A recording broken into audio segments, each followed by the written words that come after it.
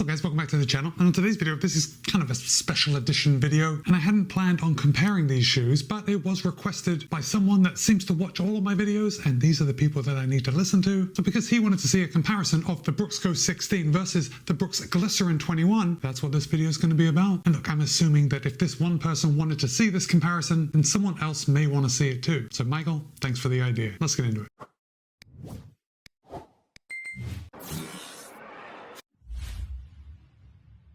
Okay, as we do, let's get started with those disclosures. Both of these shoes were sent to me for the purpose of review. However, no one has told me what to say. No one other than me has any editorial privileges, and all the thoughts and opinions are my own. With that said, you can pick up a pair of the Brooks Go 16 for $140, and you can pick up a pair of the Brooks Glycerin 21 for $160. And of course, I'll place links in the show notes below in case you want to pick up a pair or both for yourself. But if for some reason you have something to do right now, and you have to turn off the video in 10 seconds, you do not need to buy both. One of these shoes will do the job. Now, for the rest of you that are still here, the Brooks Ghost 16. Gosh, how many times am I going to mess up saying Ghost for Glycerin and Glycerin for Ghost? But I don't think I've messed it up yet, so let's continue. The Brooks Ghost 16 has 24 in the heel, 12mm in the forefoot for a 12mm drop. Now, unless this is the first running shoe video you've seen, you know that the Ghost 16 has a lot more than 24 in the heel and 12 in the forefoot. Brooks just measures it with just the midsole. So then we've got the outsole rubber and we've got the insole. And by the way, the insert is removable in case you wanted to take it out and replace it with something custom. So got that 24, 12mm drop. That's a pretty big drop. The Glycerin 21, on the other hand, has 28 in the heel, 18 in the forefoot for a 10mm drop. So we have a little more stack height. Over the Brooks Go 16, we have an additional 4mm in the heel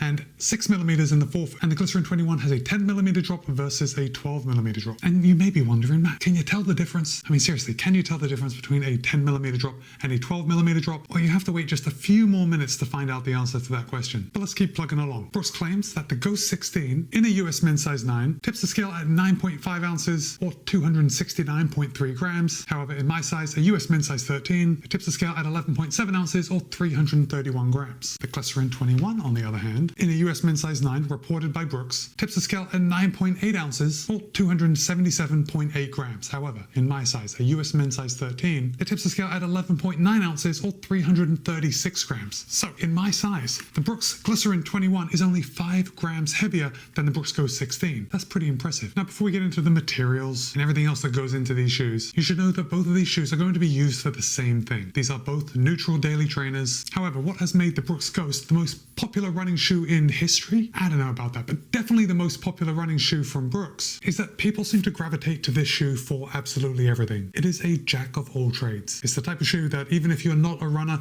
you can buy this shoe as something that's extremely comfortable, put it on your feet, wear it to work all day, come home, go for a run, mow the yard, and you can do it all with one shoe. Now, the Glycerin 21 also fits that criteria, but because of the price difference, the Glycerin 21, I would call this a premium daily trainer, whereas the Go 16 is just a daily trainer, and that is going to be a product of the increased cushion or the increased stack height and possibly more premium materials. But let's get into those materials now, and I'll let you decide for yourself. In fact, let's hold these up right next to each other, and you can see the heel collars are very similar. I think the heel collar on the Glycerin 21 is just a little thicker, maybe a little more plush than the Go 16, but they are very plush. They are both very comfortable around your ankle. The step-in feel is just next level. It's like putting your foot into a slipper. And the heel counter on both of these shoes are extremely rigid. Once your heel goes in, you are locked in. There is no heel slip in either of these shoes, at least for me. I realize we're all different, but I'm giving you my experience with both of these shoes. So no heel slip whatsoever. These shoes feel fantastic on your feet. Now, the Brooks Go 16 is using an engineered air mesh upper, and it feels nice. It is fairly thick. And in my full review of the Go 16, I did note that it doesn't seem very breathable. But in the shoe's defense, I do live in Florida. It is the summertime right now, so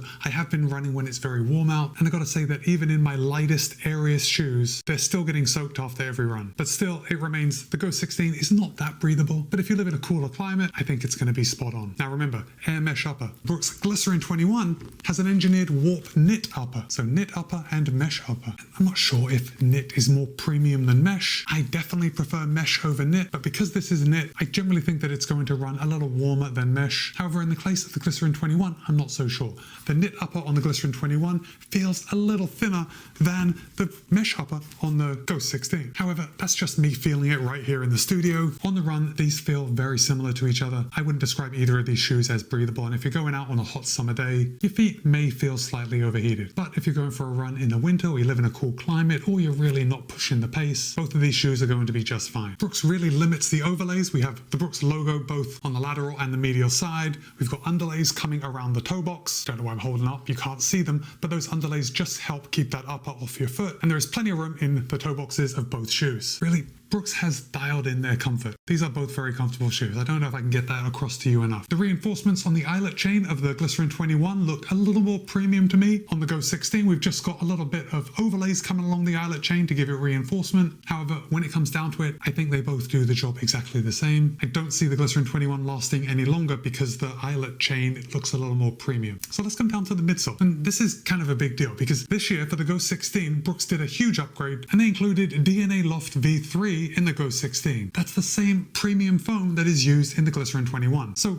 both foams are the same. We just have a little more of it in the Glycerin 21. And listen, remember, daily trainers, I think Brooks has done a pretty good job with their DNA Loft V3. It's comfortable and plush, but not overly plush. Like you feel like you're going out for a run and you feel like you're getting the protection you need from a daily trainer, but it doesn't feel so soft that it's zapping your energy. On the flip side, it also doesn't feel so firm that you feel like you're getting beat up. I think for both being max cushioned, I mean, the Glycerin 21 is obviously maxa cushioned, but I'd say they're both max cushioned. The feeling of the DNA Loft V3 is spot on. Okay, let's come down to the outsole. And right off the bat, you can see there is quite a bit more rub on the Go 16 than there is on the Glycerin 21. And that is probably why the Glycerin 21 weighs as little as it does. Remember, it's only 5 grams more in my size than the Go 16. So yes, we've got more outsole rubber on the Go 16. However, the rubber on both of these shoes looks to be about the same thickness. You know what? Now that I'm really looking on it, I think the rubber on the Go 16 is a little thicker. Yeah, I would say so. I'd say it's slightly thicker on the Go 16. But friends, that really isn't saying much because the rubber on the Glycerin 21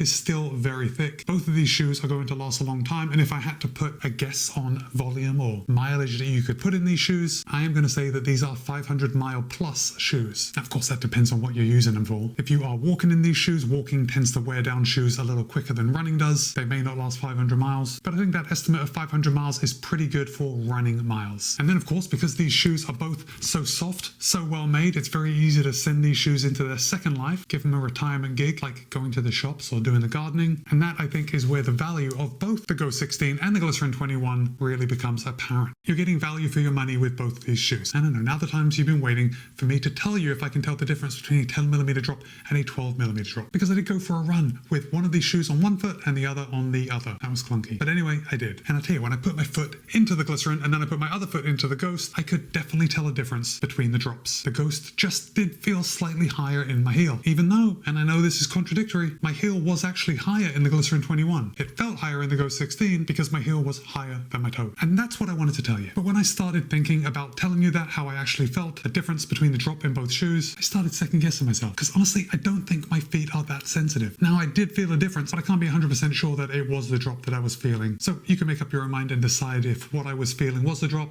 or it was. Anyway, the point is that I did feel a difference between both these shoes when I was just putting them on and then standing around. But when I started running, that difference completely melted away. And even though the Glycerin 21 has 4 more millimeters of stack in the heel, I didn't notice a difference when I was running. In fact, I was running, and if I was blindfolded and didn't know I had 2 different shoes on, I would not realize that I had 2 different shoes on. That's how similar these are. The ride is extremely similar. I want to say identical, but I'm sure there are some differences. But to me, it was very similar. And if you haven't watched my full review on both of these shoes, I should tell you that the ride is surprisingly smooth in both of these. And that's going to be due to Brooks's geometry. But both these shoes do flow from heel to toe nicely. And I'm a little surprised how good they feel on the run, because to me, when I hold these up, like, these are a couple of clunky shoes. But they feel good to run in. Don't get me wrong, these are not exciting shoes to run in, but they do feel good to run in, especially if you're keeping it to those recovery, easy, long run paces. If you want to start running fast, it's probably better to put something else on, but for those day-to-day miles, both the Ghost and the Glycerin are going to do the job. So which one do I think you should choose? Well, I think you already know, because I've said how similar these shoes are throughout the entire video. So